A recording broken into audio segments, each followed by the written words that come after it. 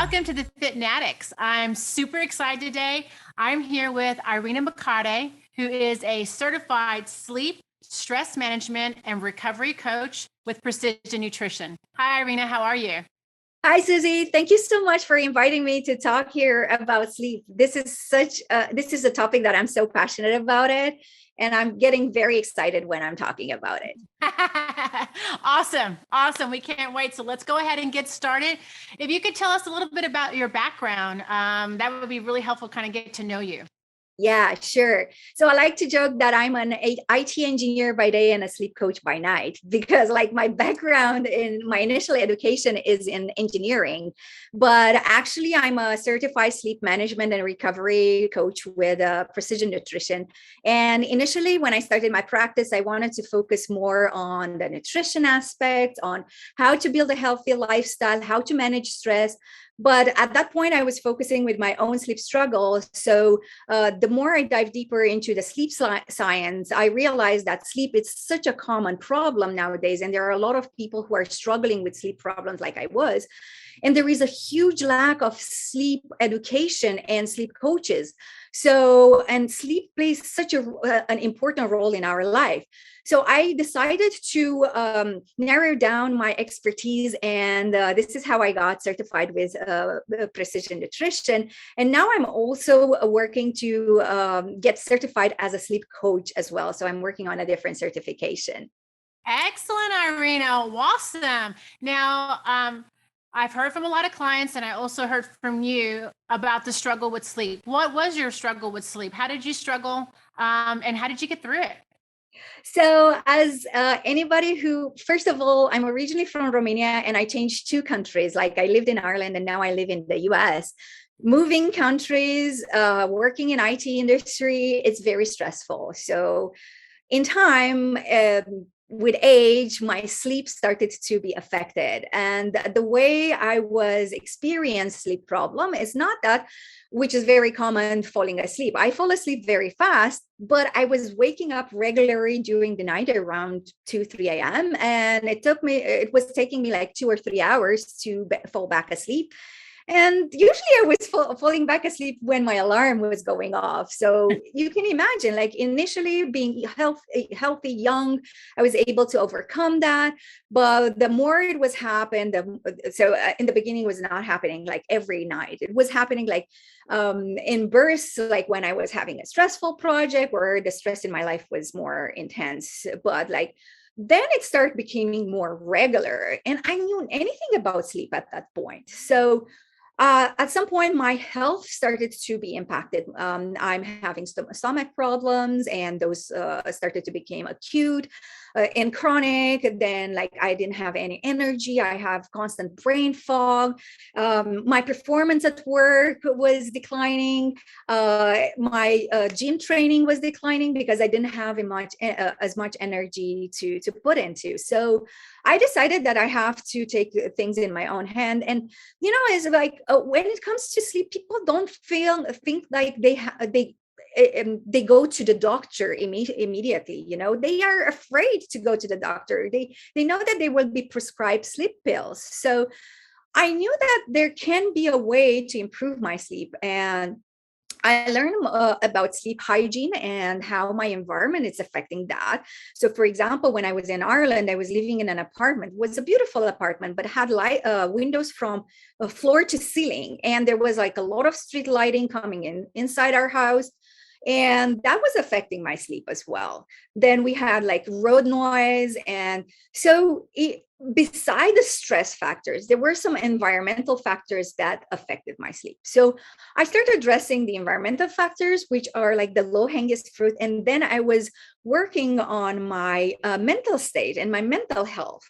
I also started doing therapy. I discovered that I have ADHD and I'm a hypersensitive person. So different stimulus affect me in a different way than neurotypical people. So the more I learned about sleep and my biology, the more I found tools to implement and to improve my sleep. And for example, stress does not go away from our life, right? But I know that when I am having a stressful day or a stressful period at work or in my business, I know how to start preventing my symptoms at night. Because like for me, for example, not only stress but like happiness also make me aroused.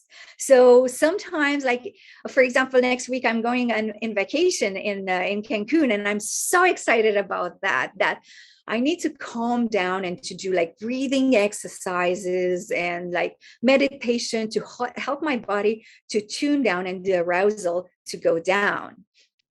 So it took me almost 10 years from like chronic insomnia to having only few nights. Like, I don't remember when was the night when I woke up and I could have fallen asleep. So Oh, wow. it still happens, but it's once in a while. Yeah, it's unusual. It's infrequent.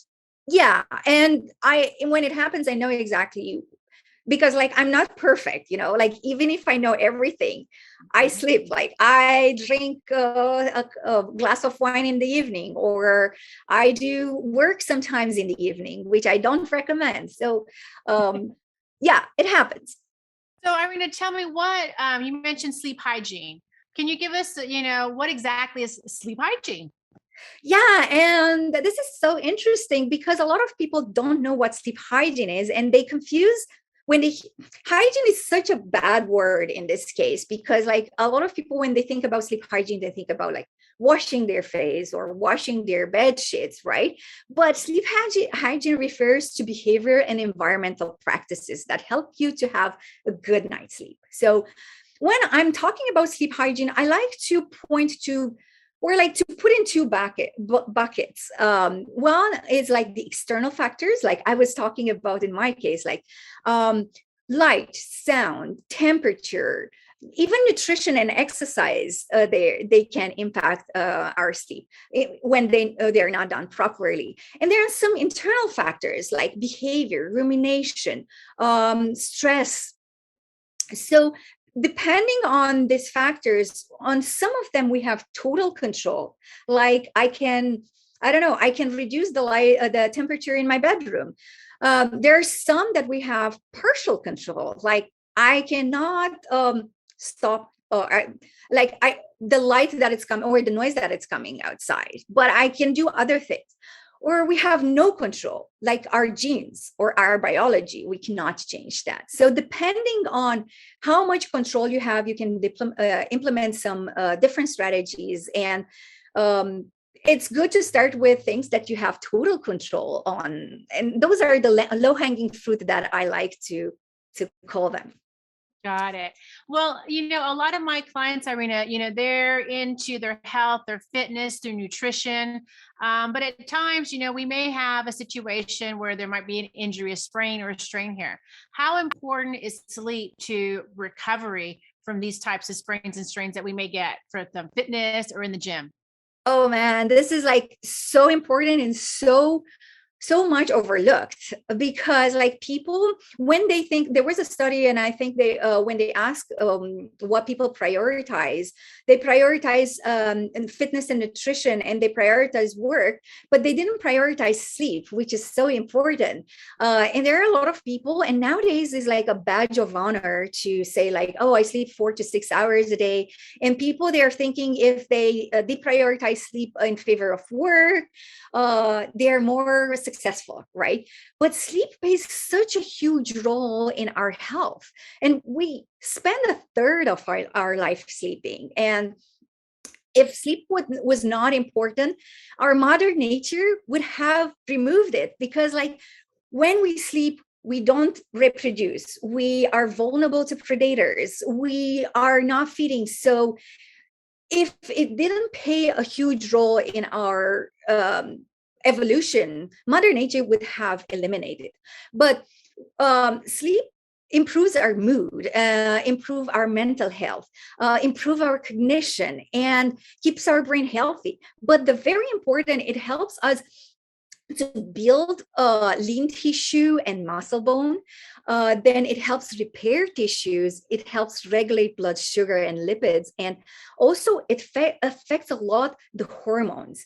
So we know that during the sleep, the hormones, cortisol goes down.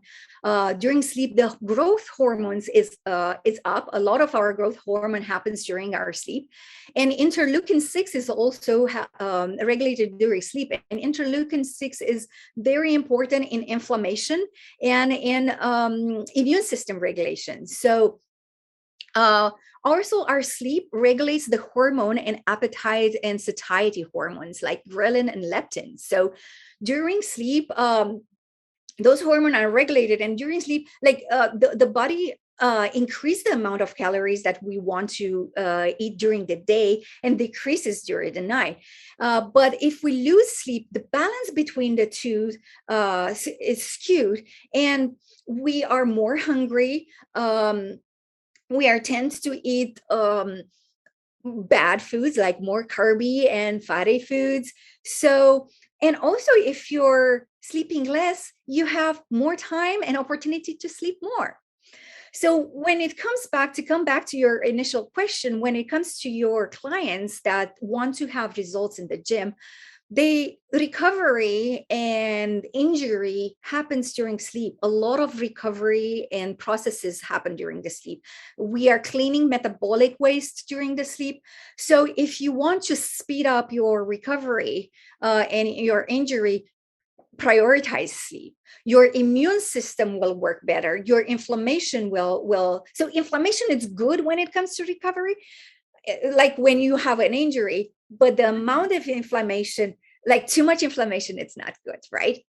Right, exactly. So So Irina, so what about weight loss? I have clients that, they do have some weight loss goals, and, it's sometimes it's hard to make the connection where you're thinking, I want to lose weight, and sleep, just doesn't come together to see yeah, like the connection between the two. yes. Well, think about it. When the last time when you lost the night of sleep, either you were taking care of someone that was sick, or you went partying, or you studied for, like, how did you feel the next day? The next day you had like you were craving more foods, you were eating bad foods. So it's easier with also with willpower reset. Like our willpower is limited, and Right. like when we wake up, our willpower is like a battery and it's fully charged, and the more the day goes and the more you have to take decision, the willpower reduces. So by having sleep to replenish the battery of your willpower will help you to take better decision when it comes to food. So like I have a cookie or I have an apple, what would I choose? Is like uh it's easier when you're not sleep deprived and when you have energy, right? And as I was saying, the ghrelin and hormone and leptin, the hormone that are involved. So ghrelin is the one that makes you hungry, and leptin is the one that tells you I'm full. So this balance, like they are in balance. When one is high, the other is low. So this balance is disproportionate when you're sleep deprived. So involving prioritizing sleep as a tool in sleep in fat loss, I think this is a tool that a lot of people are not using it, and it's free, and it's Exactly. easy. Exactly. I love that.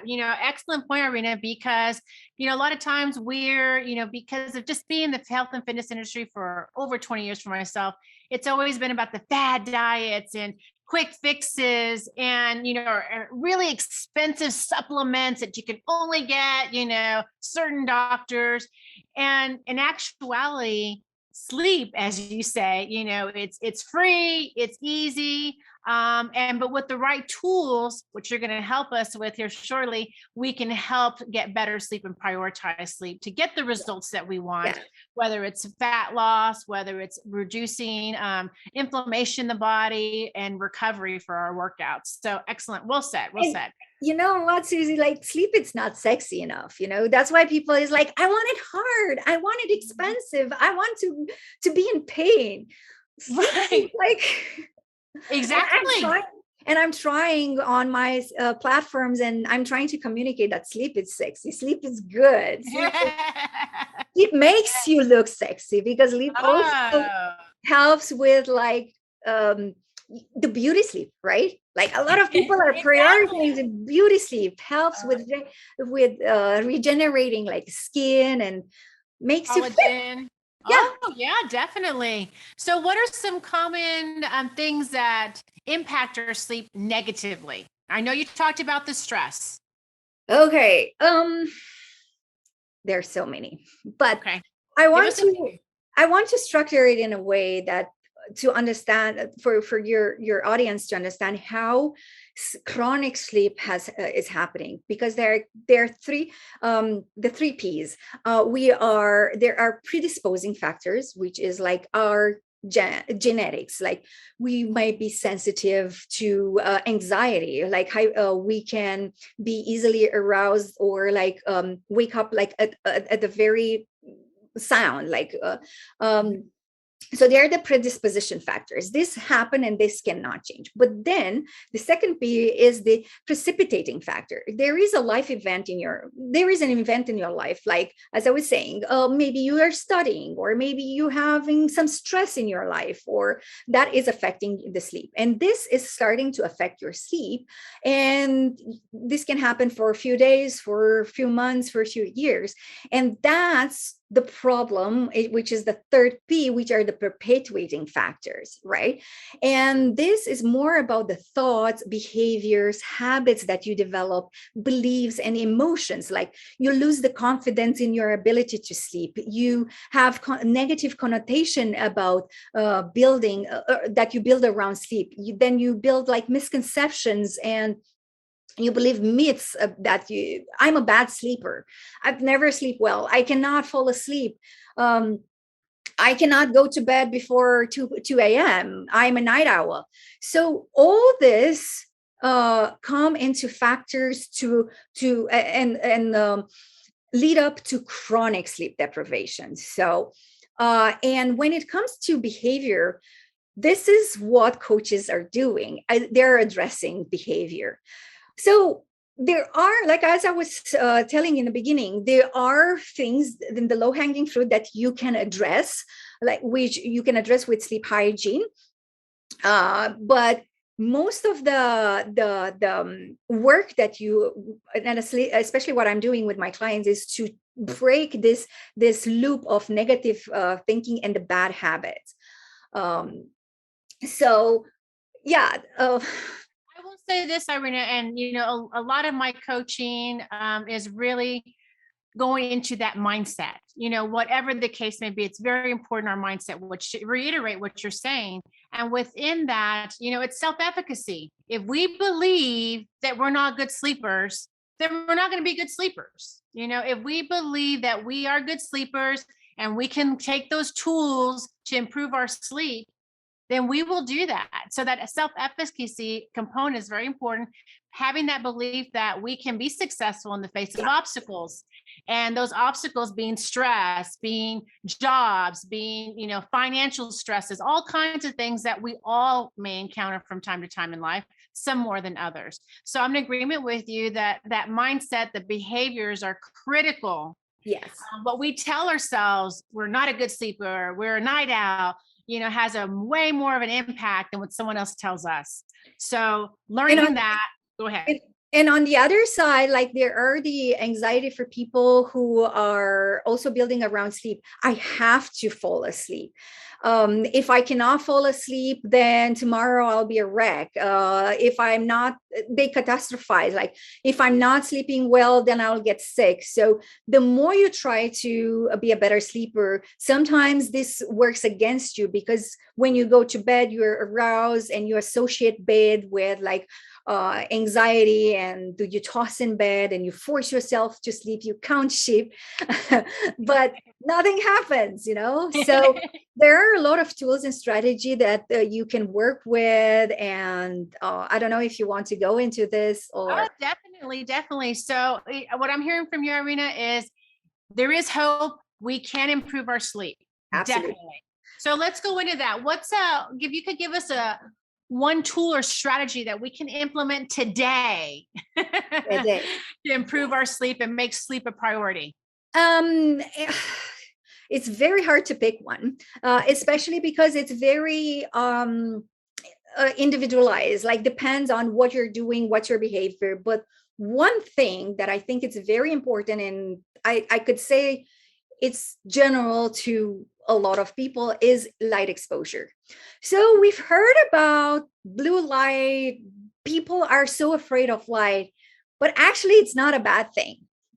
So what is happening during the day? We are light deprived during the day, and we are have light pollution during the night. So because we are working indoors, most of us, we are working indoors and we are not outside. We get very little natural light. And if we go outside, sometimes we wear sunglasses, we wear hat. So light is very, very important to reset our circadian rhythm. Our circadian rhythm is not 24 hours exactly. It's plus minus. So our body relies on some external cues to reset it. And when we get light exposure in the morning, especially in the morning, there is a countdown for our brain that says, okay, it's morning. So starting 16 hours, start releasing melatonin, which is the hormone of sleep, a hormone of darkness. So this is regulated by light exposure. And our brain sums up the amount of light that we get during the day. And if we don't get enough light during the day, our brain is messed up. So by the time we get in the evening, what do we do? We turn on the lights, the interior lights. We are sitting in front of our computer. And when we should reduce the light, right? And the other thing is that our retina is sensitive to light. The sensitivity of our retina changes during the day. So our retina is not very sensitive in the morning, but it's highly sensitive in the evening. So in the morning, we need to get a lot of light to trigger all this mechanism that I'm talking about. But in the evening, just a small amount of light can inhibit the release of melatonin. So to sum up, like in the morning, during the day, we don't get enough light exposure. And I am having an app that you can use to measure the light exposure, which is called Lux, Lux or light meter. Sorry, Lux is the amount, unit measure for light, and you can measure the amount of light indoor and outdoor. And even on a cloudy day, I'm living in Seattle, so I know this. Here is very cloudy. Even on a cloudy day, it's like 100-fold. Like indoor was like 200 or 300 lux, where outside was like 2,500 lux on a cloudy day. And on a bright day, is like 10,000 lux. And we need at least 10,000 lux in the morning to reset our brain. So get bright light exposure in the morning. If you can, when you wake up in the first 30 minutes, go outside and take a 10-15 minutes walk. If you cannot go outside, sit in front of a window, but our windows are filtering a lot the UV light and the light. So the length of time you have to sit in front of the window is longer. So if it is possible, get a dog, because a dog will help you, will force you to get outside. Sure. Okay, anyway, go outside for a walk. Fresh air also helps. It will reset your brain to generate sleep in the evening. Dim the lights in the evening. And if you're inside, and if you're living in an area where you don't get enough light, especially during the winter, get a light box. And I have a light box that I put it on my desk in the winter, and it's always on. So I get enough light exposure, because just the indoor lights is not enough. So it helps with like mood regulation. It helps with sleep regulation. So if I was to choose only one tool, that would be like the easiest thing that you can do. Wonderful, Irina. That's very valuable information. I'm definitely going to look into that light box for my husband. He works as a video producer, And so he's in a dark room most of the time, all day long. And you know what? What's interesting is he loves the sun. He can be out in the sun when it's 100 degrees outside and he just soaks it in. And I think it's like you said, it has a lot to do with that brain chemistry, what's going on internally, our desire and need for that sun and that light. Very important. Irina, let me ask you this.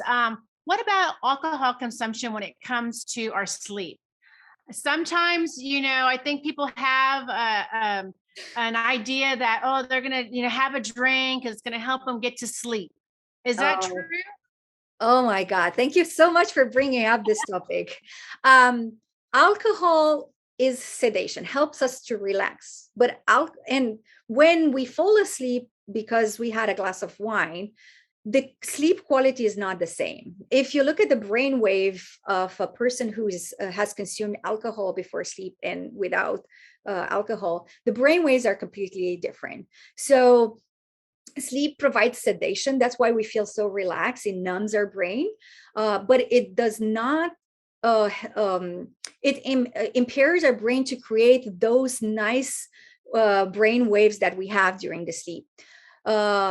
And also sleep affects REM sleep. We cannot go into REM sleep when we have alcohol. And REM sleep is very important for emotion regulation, for physical balance and mobility, and like balance in general, balance, memory formation, but especially for emotional regulation.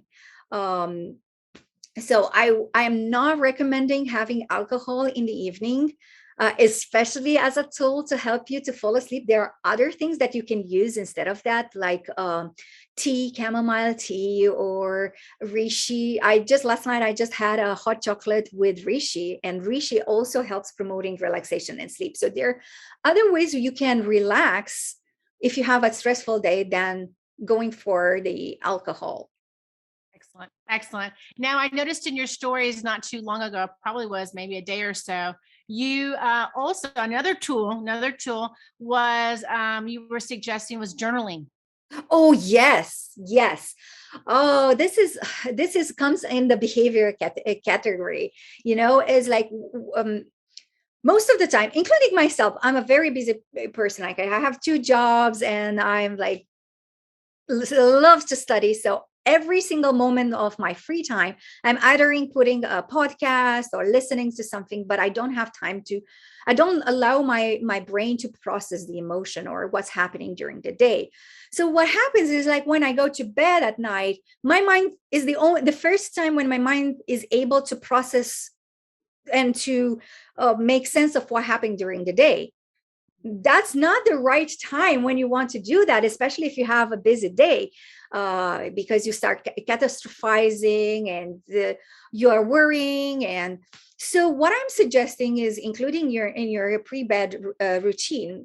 Of course, like, I'm advising to build a pre-bed routine, a wind down routine, is to schedule 5 minutes or 10 minutes time for journaling and processing the day's what happened, like emotions and information. And that helps you. And when I'm suggesting that is, like, don't worry about grammar or what, if it makes sense of not, just like do a brain dump. That will help you to take it out of your system. Is like, you don't have to think about it. You'll feel so relief doing that, and then your body can relax. And then, like, if you have to remember something, your mind can let go, because you can always go back to your list. And, like, another tool is doing to-do lists before bed, so that you don't spin around that. And another thing that I'm also advising, it next day, if you have a bad day and you're thinking like all the bad things, go to your journaling from the previous day when you're fresh and you're not tired, and you'll see that you might have catastrophized. So you might have overthink. It's like, when you're energized and you have more energy, you don't think like the world will end. Yes, Irina. Well said. Well said. Very good. Now, I know you have a program called Sleep You. Can you please share a little bit about that with us? Yes. So when it comes to sleep hygiene, most of the time you get a list of predefined activities, and it's they don't tell you about like they don't give you instruction what to do first, what's the priority. There is individuality, like your biology. So I created this training to provide you like the low hanging fruit, the first step that you can do on your own without reaching for a sleep coach to improve your sleep. And I'm also explaining like the whys, and then I'm helping you. I'm giving you tools to say like, okay, you can do like journaling, or you can do or how to set up your environment and stuff like that. And I'm also encourage you to build your own sleep user manual, because as I was saying, we are unique, and something that works for you might not work for me. So play the detective based on like I'm giving you some questions and some homeworks, and play the detective, find out what works for you, put it in your sleep user manual, so that a month or 5 months or a year from now, if you forget about it, you can go back and see what worked for you. So this training, it's providing you the information and the tools and the guidelines on how to do your first step in achieving a better sleep. The next step would be to look at your behavior, and that's when I come into place to help you as a coach to break the behavior loop. And this is free, because I want there is so a lack of education when it comes to sleep. So I want more people to learn about sleep, the importance of sleep. So that's why I made it free. Excellent, Irina. I will definitely share the link with my audience. I'll put that in description.